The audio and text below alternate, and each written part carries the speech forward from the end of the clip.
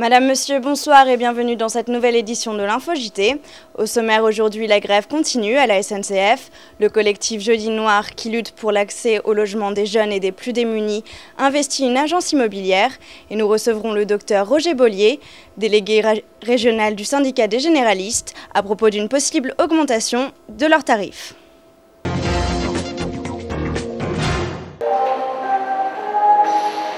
La grève SNCF ne devrait pas être reconduite.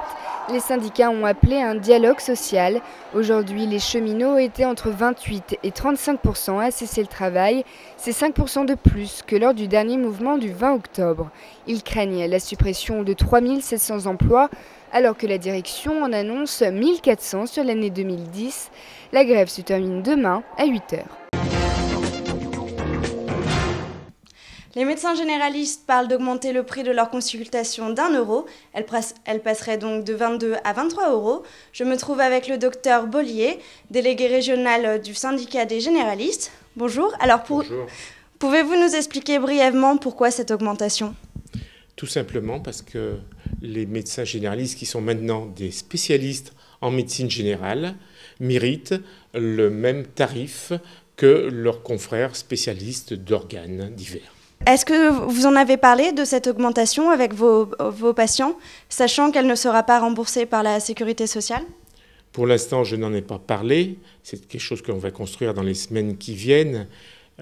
Pour nous, l'essentiel, c'est de préserver quand même l'accès aux soins. Donc nous n'entendons pas pénaliser les patients. Nous faisons un certain nombre d'actes en tiers payants. Donc, dans un premier temps, c'est surtout sur des actes en tiers payants, donc qui nous pénalisent plutôt nous-mêmes, que nous ferons porter l'augmentation.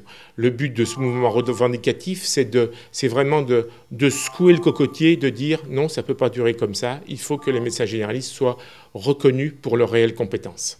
Et qu'est-ce que cet 1 € symbolique changerait pour votre profession ?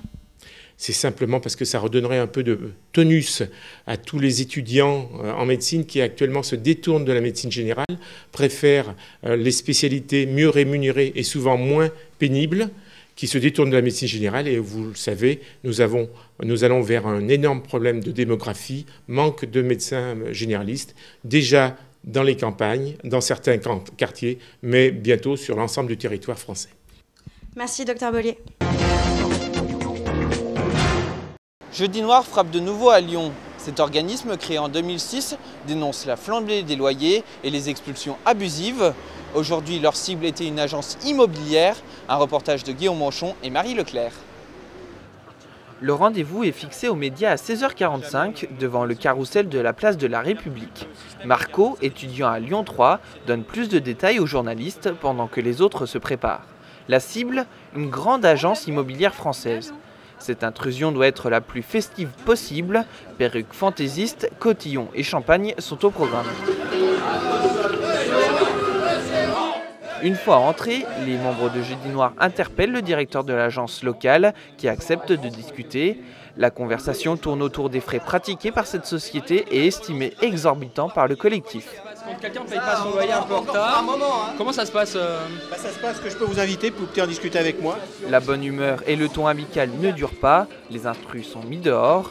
Pour les organisateurs, c'est une réussite, mais les problèmes persistent.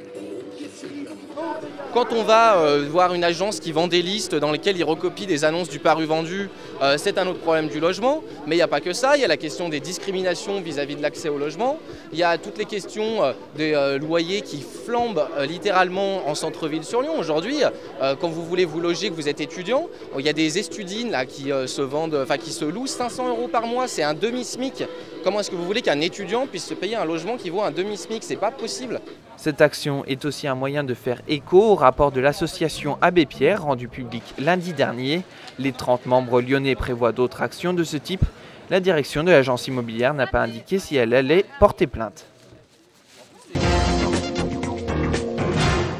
2 ans que la vieille usine désaffectée Keller d'Orient est à l'origine de plaintes des riverains du 3e arrondissement. La semaine dernière, une pétition en faveur de la destruction du bâtiment a recueilli 80 signatures. Le point avec Maud Girard et Romain Monnier. Aujourd'hui, il n'y a rien de fait. Le maire ne fait rien non plus. Il y a plein de rooms dedans, il y a tout plein de saletés. Il y a des rats, il y a tout ce qu'on veut dedans. Et c'est dégueulasse, c'est tout. Vitres brisées, odeur insoutenable, accumulation de détritus ou encore début d'incendie, voilà ce que subissent les riverains au quotidien.